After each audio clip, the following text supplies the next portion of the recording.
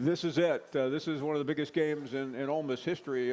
Roman, let's talk about that. You were telling me earlier that everybody is pointing backwards because there has not been a game like this in some time. You know me, Paul. I usually like to hang out with the people. I am a man of the people. And what they told me last night was this is the biggest game on Oxford's campus here at Ole Miss since 2014, where they beat Alabama that day. And then before that, 2003, where you actually had a chance to go to the SEC championship with Eli Manning at quarterback. And Nick Saban got in the way.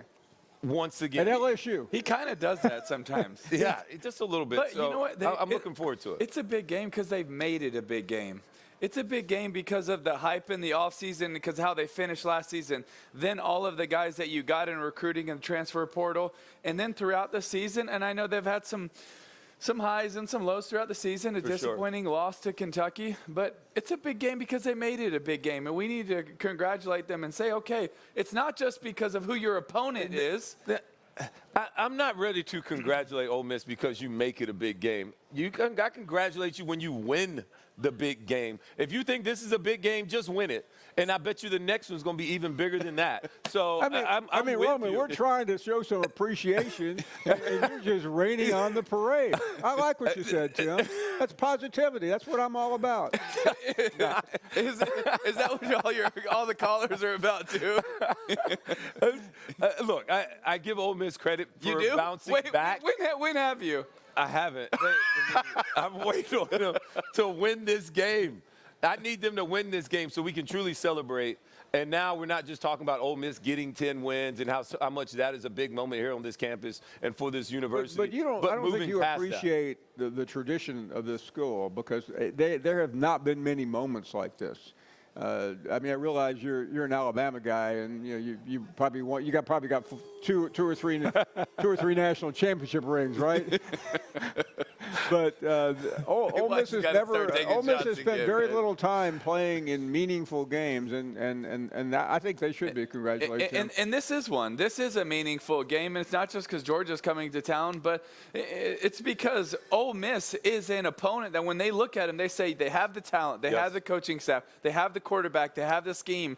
And I do believe that for Ole Miss to get in the playoff, they have to run the table. Yes. I do believe that they need to win this game. But if they do, what a win it would be. It would be huge for them. And then it kind of confirms why you go out there in the transfer portal and go get guys like Princely. I don't even want to mess up his last name. From Florida. Yes, from Florida. Yes. And, there we go. Thank you. And then also Walter Nolan. You go and get a Trey Amos on defense as a cornerback who's probably the best corner in the SEC the way he's playing right now. So it kind of confirms why you go and do all those things. And if you put it all together, the way that Lane has been able to do it here, it looks different, but, man, it's going to feel great when you win games like this. And that's why I really say, hey, this is different. This is why you come to Ole Miss, because we compete and we win games like this nowadays. And I know Georgia, as you can see it on the screen, Georgia's favored. But when you look at the FPI actually believes that Ole Miss has a better chance to win. Okay, the Football Power Index. So who are you going to believe, the FPI or the guys in Vegas? The guys in Vegas probably get it right way more. There was a big story that broke yesterday involving your school, the University of Florida. Billy Napier will be back for another year. There has been a lot of noise about that story all year long, and there's been a lot of reaction, positively and negatively. I'm curious your thoughts. My thoughts, first of all, I think Florida has played better the last 6, 7, 8 weeks. They played harder. They played with more passion. And those are the things that you see that Billy Napier has not lost the team. And that's important because if you remove Billy Napier right now, you might as well pack up the tent because next you know Lagway's gone. And if Lagway's gone, hope is gone for University of Florida right now. So I think it's important that you keep Billy Napier. Let him continue to keep swinging. He's recruiting at a high level. I like what he's been able to do. But Florida, whether we like to admit it or not, Florida's just not a good team this year. And one thing characteristic about not good teams is they find ways to lose games. Good teams find ways to win games. And right now, Florida is finding ways to lose these games down the stretch when last week they should have beat Georgia. They had them on the ropes, and they couldn't knock them out because they found a way to. They should have beat Tennessee. And they're finding ways to lose these games right now where next year, hopefully, you can turn the corner. I think one of the things that you mentioned that's really important is recruiting. Yes. Billy has done a really good job in going after some really good recruits. And if you get rid of him now, You have to look at this recruiting cycle. No doubt. Say, It's done. It's done. Done. It's really hard to come back from that. I think that's you either got to make it, you got to be decisive. You got to make a decision to say, he's not right for the team, or make a decision to say he's our guy. And they made a decisive decision, and I believe in that. I think that's good, so that you can have confidence. You instill that in the team, you instill it in players, and you also instill that in recruits and their families. Yeah. And you got to think about it too, Tim. Remember his first year of recruiting, he got in so late. Yes. They didn't have he missed some of it, and it really hurt them as well.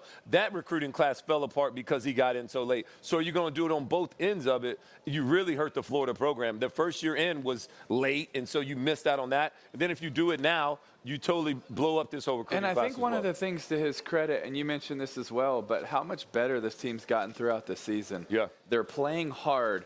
They are playing better. They're improving, not just in their how they show up every week, but also their fundamentals. Yes. Their fundamentals are getting better. It's a more physical team. It's a more urgent team.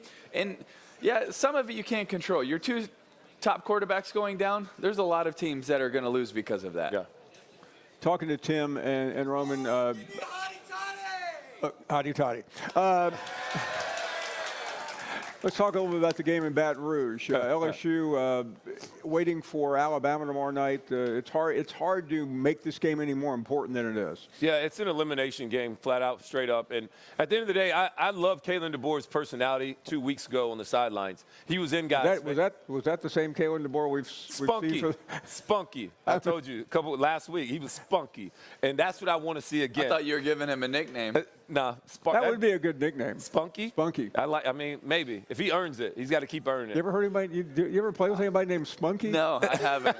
No. But his attitude I don't think anyone has. His attitude was that. I don't know if anybody would want to be called. I think the players kind of they lived up to that. They understand the urgency when your coach is getting after guys, that the urgency in which this situation is necessary, and that's what they're going to need. If you're going to go out there and think you're going to upset Brian Kelly on the road at night where he has not lost a game, but Kalen DeBoer in these games have been really right good now, too. though. Yeah. But I'll tell you this: if you say your whole season's on the line for 3 hours, and those 3 hours are at night in Death Valley.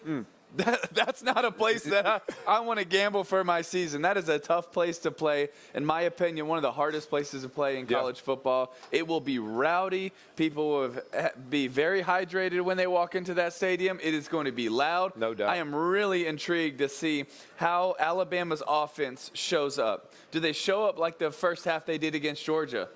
Or do they show up the first half they did against South Carolina or Vanderbilt? What offense are we going to see, especially early? If it's the one that showed up against Georgia, man, I love the way Nick was dialing it up, getting Jalen involved in the game with early screens and passes and his legs. That's a different Alabama offense. I'm intrigued to see what their game plan is around Jalen. In my opinion, you give him every opportunity this game because he is the best athlete at the most important position, and you let him roll. Yeah, I like using the running backs as well, switching these guys up. Justice Haynes running downhill at this LSU defense where your offensive line is massively bigger than the defensive line of LSU. You got to use that. And then also using Jam Miller as a change of pace guy who's really quick and explosive, using him out of the backfield, same way you did versus Georgia. Yeah.